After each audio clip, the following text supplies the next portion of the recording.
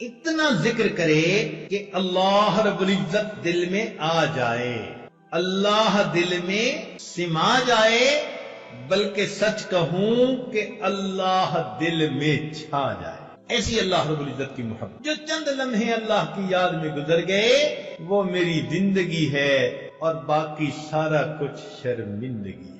تو دل کو زندہ کرنے کے اسباب میں سے پہلا سبب ذکر کی کثرت۔ ہمارے مشائخ یہی سبق دیتے ہیں، سب سے پہلے فرماتے ہیں کہ دو حصوں میں کرو، ایک تو چلتے پھرتے لیٹے بیٹھے اللہ کی طرف دھیان رکھو، اس کو وقوف قلبی کہہ دیتے ہیں، اور ایک فرماتے ہیں کہ صبح اور شام 15 منٹ آدھا گھنٹہ ساری دنیا سے ہٹ کٹ جاؤ اور اللہ تعالیٰ کی یاد میں ڈوب جاؤ۔ دوسرا سبب جس سے دل زندہ ہوتا ہے وہ ہے تلاوت القرآن۔ آدمی کم از کم ایک پارہ روزانہ تلاوت، بہت مشکل ہو تو چلو آدھا پارہ، کوئی دن زندگی کا اللہ تعالیٰ کی یاد کے بغیر نہ گزرے، تلاوت قرآن کے بغیر نہ گزرے۔ ہمارے ان لاز کے ایک بزرگ تھے، دارالعلوم دیوبند سے انہوں نے فراغت حاصل کی تھی۔ میری ایک مرتبہ ان کی ملاقات سوات میں ہوئی تو وہ کہنے لگے کہ میں امام العلماء والصلحاء حضرت خواجہ عبد المالک صدیقی رحمت اللہ علیہ سے بیعت ہوا، اور اس وقت انہوں نے فرمایا کہ ایک پارہ روزانہ تلاوت کرنا۔ فرمانے لگے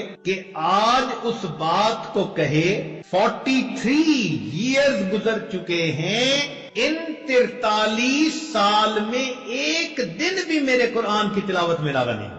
جب ایسے لوگ اللہ کے سامنے نام اعمال لے کر جائیں گے ہمیں کتنی شرمندگی ہوگی کہ ہمارے کتنے دن تلاوت کے بغیر جا چکے۔ اب دیکھو 43 سال، سردی بھی، گرمی بھی، صحت بھی، بیماری بھی، دیس بھی، پردیس بھی، خوشی بھی، غمی بھی، 100 یعنی عوارض ہوتی ہیں، مگر وہ کہتے ہیں میں نے ایک پارے کی تلاوت۔ چنانچہ عبداللہ ابن عباس نے فرمایا کرتے تھے من احب القرآن احب اللہ ورسول، جو شخص قرآن سے محبت کرتا ہے وہ اللہ رب العزت اور اس کے رسول سے محبت کرتا ہے، اور اللہ اور اس کے رسول اس بندے سے محبت۔ 40 سال عشاء کے وضو سے فجر کی نمازیں پڑھی ہمارے بزرگوں نے، وہ رات کے اندھیرے کے اس طرح منتظر ہوتے تھے ہم تہجد پڑھیں گے جس طرح دلہا اپنی دلہن سے ملاقات کے لیے رات کا منتظر ہوا کرتا۔ مجھ کو نہ اپنا ہوش نہ دنیا کا ہوش ہے، بیٹھا ہوں مست ہو کے تمہارے جمال میں،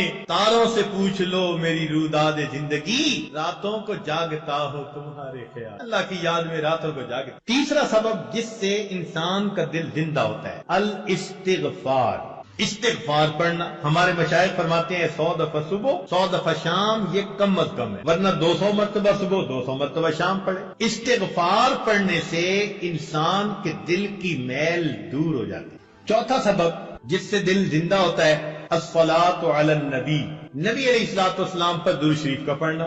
نبی علیہ السلام نے ارشاد فرمایا من صلی علی واحدۃ صلی اللہ علیہ عشرا، جو ایک مرتبہ مجھ پر درود شریف پڑھتا ہے اللہ رب العزت اس بندے پر 10 مرتبہ رحمت نازل فرماتا۔ چنانچہ ہمارے مشائخ نے لکھا ہے وَكَذَلِكَ جَعَلَ جَزَاءَ ذِكْرِ نَبِيِّهِ ذِكْرَ مَنْ ذَكَرَهُ، کہ اللہ تعالیٰ کو اپنے محبوب سے ایسی محبت ہے کہ جو اللہ تعالیٰ کے محبوب کو یاد کرتا ہے درود شریف پڑھنے کے ذریعے سے اللہ اس بندے کو 10 مرتبہ یاد کرتے۔ کئی لوگ سوال پوچھتے ہیں جی استغفار پہلے کریں یا درود شریف پہلے پڑھیں، تو ہمارے بزرگوں نے اس کا ایک سادہ سا جواب دیا ہے، اگر کوئی کپڑا میلا ہو تو اس کو ترتیب یہی ہے کہ پہلے دھوتے ہیں اور پھر اس کے اوپر عطر لگا دیتے ہیں۔ یا کبھی ایسا ہوا کہ کسی نے پہلے عطر لگا دیا ہو بعد میں دھویا ہو، پہلے کیا کرتے ہیں دھو لیتے ہیں بعد میں کیا کرتے ہیں؟ تو استغفار سے ان میلے دلوں کو دھو لیجئے، پھر درود شریف کے ذریعے سے عطر اور خوشبو اس پر چھڑک لیجئے۔